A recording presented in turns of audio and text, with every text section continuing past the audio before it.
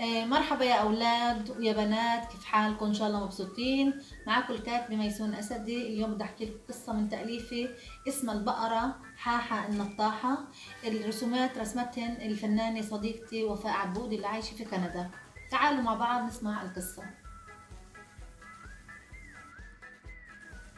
حاحة بقرة نطاحة جميلة سوداء ذات بقع بيضاء ثلجية، مما يميزها عن غيرها من البقرات. أحبت اللعب كثيرا مع أصدقائها المهر والجرو والقر والجدي والسنجاب والسوس. ذات يوم خرجت حاحة باكرا لتلعب على التلة في المرعى القريب، وفي طريقها رأت الحمل فنادته: هيا بنا نلعب سويا في المراعي أيها الحمل. دهج الحمل وسار معها نحو المرعى.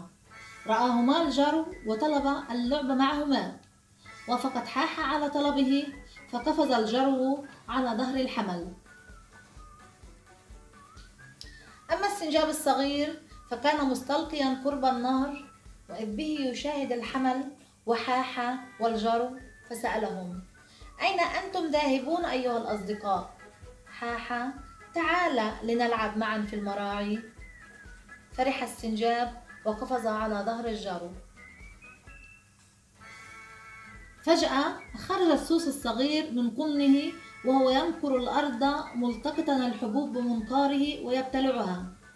وعندما شاهد السوس الحيوانات سألها: أين أنتم ذاهبون يا أصدقائي؟ حاحة: تعال والعب معنا في المراعي. سر السوس وقفز على ظهر السنجاب. وصلوا إلى المرعى، وجدوا أن المهرة والقرة سبقا الأصدقاء لتناول العشبة. قالت حاحة: هيا يا أصدقاء لنلعب على التلة في هذا المرعى الجميل.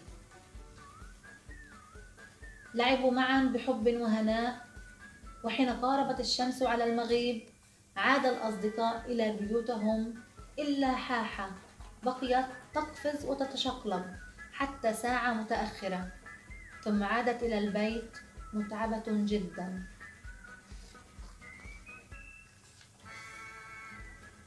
هيا يا حاحة يا حبيبتي، ادخلي إلى الحمام كي تستحمي قبل النوم. قالت الأم مرارا، لكن حاحة رفضت ذلك ونامت متسخة دون أن تستحم، ثم غرقت في النوم من شدة التعب.